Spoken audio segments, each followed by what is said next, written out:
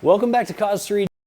Today we're going to talk about mannequins, and we're going to talk about how we display our costumes on a mannequin. If you've ever built a mannequin, you know how ridiculous it looks when you put a glove on them or have a hand, but today we're actually going to solve that problem, and we're going to show you how to place a new hand and wrist on a mannequin. Let's get to it. I was working on my Revan full-sized mannequin that I'm building right now, and I ordered a mannequin off of Amazon, and I will put a link in the description of the one that I prefer to use personally because they're very inexpensive and they're customizable to a degree if you know what you're doing. But as you know, it is ridiculous the way you have to fight with a fully molded hand. But today, we're going to get rid of that, and we're going to show you how to actually do a hand that is fully articulating. I am going to show you my technique for replacing a mannequin hand with one of these hands.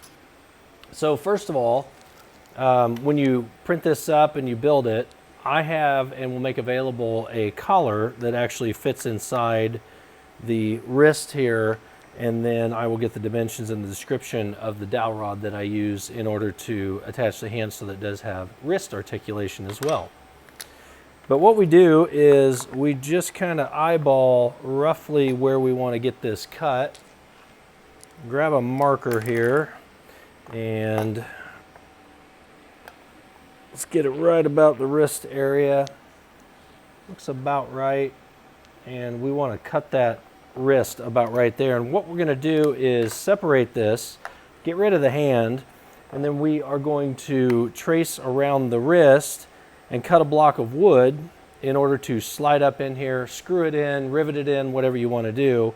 Drill a hole in that wrist for the receiver for the post for the hand. And this works great if you're doing any type of a mannequin I've come up with. So let's get over to the saw and let's get this hacked off. I've just cut along my line. You can use a handsaw for that. I just used my bandsaw real quick. Now what we're going to do is go back and take a 2x4 or a scrap piece of wood, and I'm going to trace around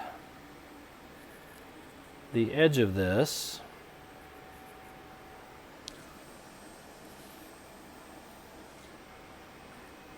The one thing you have to remember is you have to account for the thickness of the plastic. So we're going to go in, it looks like, I don't know, 2, maybe 3 millimeters maximum.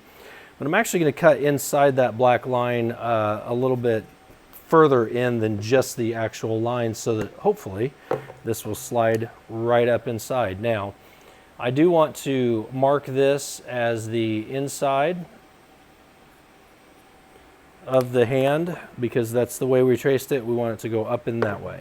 So I'm going to go back to the bandsaw and cut this out, and then we'll make sure it fits.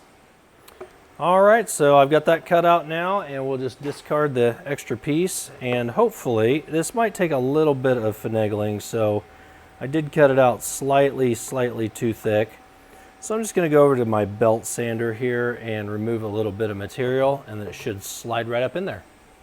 Now that I've got it to where I can get it shoved in there, I'm going to go back and I'm going to drill a hole for the dowel rod because this collar is going to fit over the dowel rod and then is going to go into the wrist, get glued into the wrist, and then this post will actually be what goes into the hole in the wrist, giving it a full 360-degree articulation of the wrist.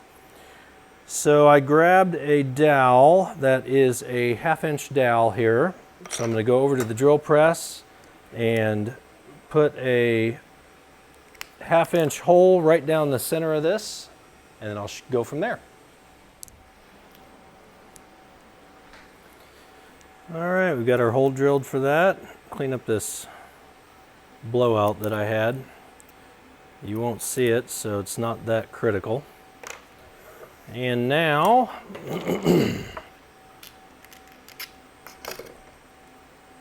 we are going to cut. Now the 1/2-inch dowel that I use, I run a slit up through it so that it's got some extra squeeze to it so that it fits nice and tight in a friction fit in this. And we're going to cut that back approximately the same distance of the length of this piece. I'm going to go run on the bandsaw and do that. All right, so we've got our slit cut in there, and now that should slide right on there, and that is going to be a good friction fit, not going to go anywhere. Now this part gets glued into this hole, which looks like I might need to clear that. Oh, we're good. Let's get it to fit in there just like that. I am going to cut this down a hair. But once we put in this interior piece,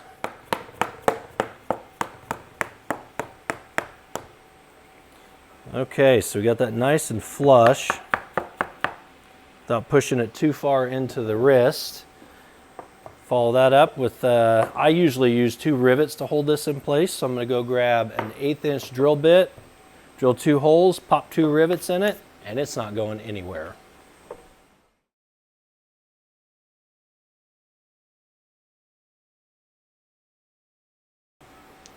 All right, and there you have it. Now we've got a left arm at least.